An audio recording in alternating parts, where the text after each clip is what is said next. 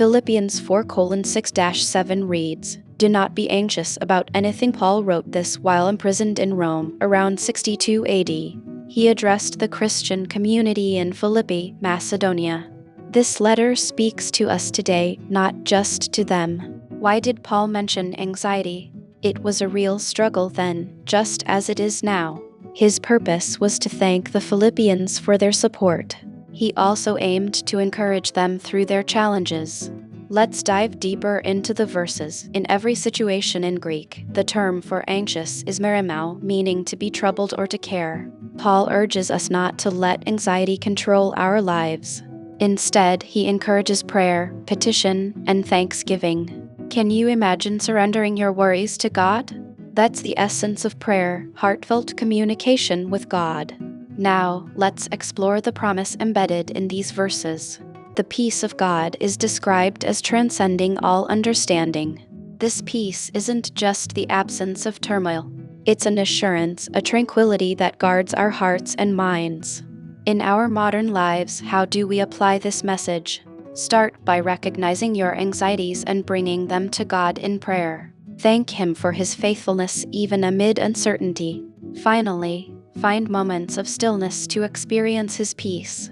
Let's conclude with this thought. True peace comes from trusting God, no matter the situation. Now, let us take a deeper look at the specific mechanics of how this peace works. It is not just a feeling that arrives. It is a supernatural exchange that happens in the middle of your storm, changing your internal atmosphere entirely. Think about the word anxious in the original Greek context. It means to be pulled in different directions, like a piece of fabric being torn apart. This is exactly what happens to our minds when we worry. But when we bring these fragmented thoughts to God, we are essentially asking Him to gather the pieces. We are inviting the architect of the universe to step into our chaos and provide a structural foundation. Paul tells us to present our requests to God. This isn't just a casual mention, it is a deliberate act of handing over the heavy weight of our burdens to someone who can actually carry them. Consider the importance of the word thanksgiving in this verse. It is the secret ingredient that shifts our perspective from what we lack to what we already have in His grace. Gratitude acts as a spiritual anchor. When you focus on past blessings, it becomes much harder for present worries to sweep you away into a sea of despair and hopelessness. Let's explore a real-world example. Imagine a student facing a massive exam, feeling their heart race and palms sweat. The anxiety is physical, almost overwhelming their ability to even think clearly. Instead of spiraling, they stop. They breathe. They turn their focus toward God, acknowledging His presence in that very library room. They thank Him for the opportunity to learn and for His constant guidance. The situation hasn't changed yet. The exam is still coming, but the internal turbulence has calmed, allowing them to approach the challenge with a clear head and a steady hand. This is the peace that surpasses understanding. It is illogical to the world. Why are you calm when everything is going wrong? The world cannot explain it because it is divine. It surpasses understanding because it doesn't depend on your ability to solve the problem. It depends on God's ability to sustain you through the problem. It is an external gift. Notice how Paul describes this peace as guarding your heart and mind. In the ancient world, a guard stood at the gates of a city to repel invaders and keep the peace. Your heart is the seat of your emotions, and your mind is the seat of your thoughts. Anxiety is like an invading army trying to breach those walls to cause destruction. God's peace acts as a sentinel. It stands at the entrance of your consciousness, filtering out the intrusive, fearful thoughts and allowing only the truths of His love to pass through. This means you don't have to fight the anxiety with your own willpower alone. You can rely on the spiritual protection that God provides when you surrender your worries to Him. Let's look at the concept of mindfulness versus God consciousness. Mindfulness asks us to stay in the present, but God consciousness asks us to stay in the present with Him. It is the difference between observing your thoughts and inviting the creator of those thoughts into the conversation. One is a psychological tool, the other is a relational lifeline. Often, we try to fix our anxiety by analyzing it. We replay scenarios, try to predict outcomes, and get stuck in a loop of what-ifs.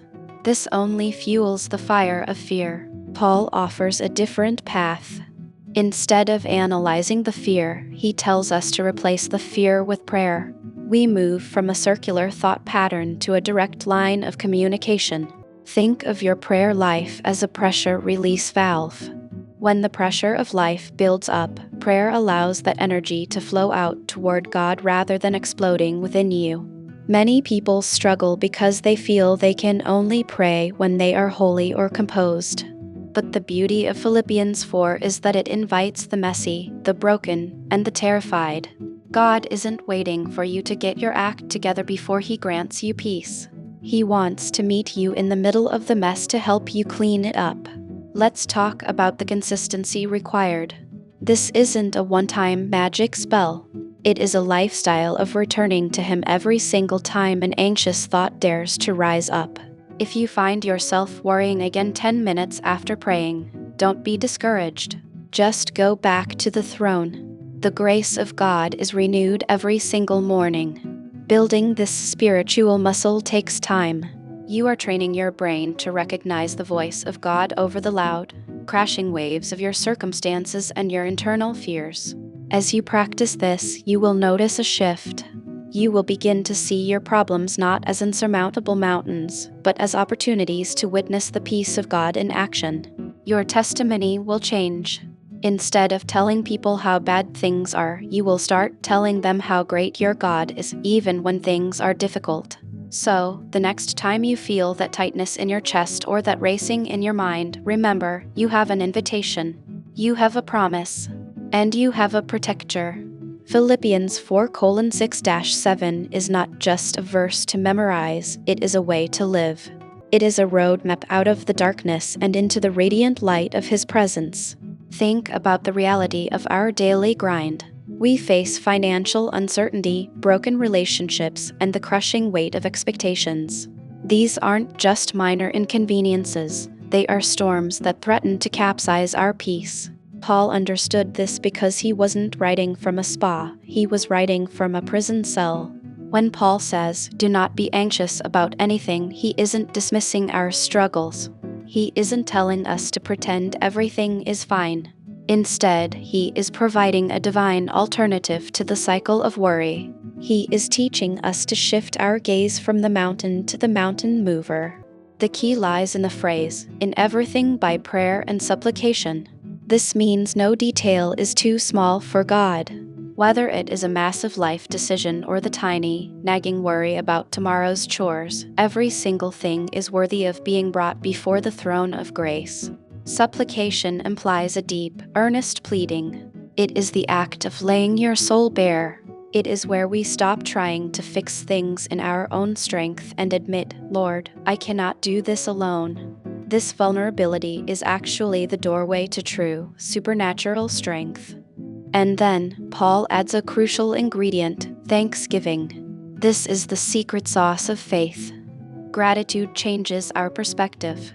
It reminds us of what God has already done, which builds our confidence in what He is currently doing and what He will do in the future. Gratitude acts as a guard against bitterness.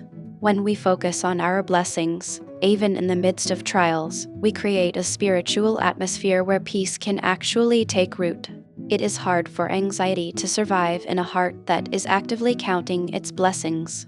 Then, the promise unfolds, and the peace of God, which transcends all understanding, will guard your hearts and your minds in Christ Jesus. This peace isn't logical. It doesn't make sense based on your bank account or your current circumstances. It is a peace that defies human reasoning. The word guard is a military term.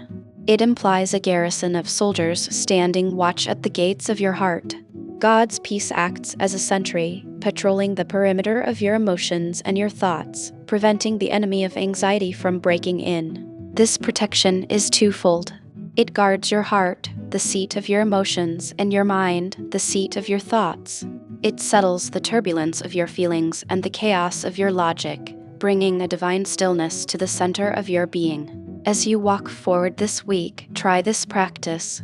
When a worry rises, don't fight it with logic, fight it with prayer. Turn that anxious thought into a petition, wrap it in gratitude, and watch as the peace of God begins its work.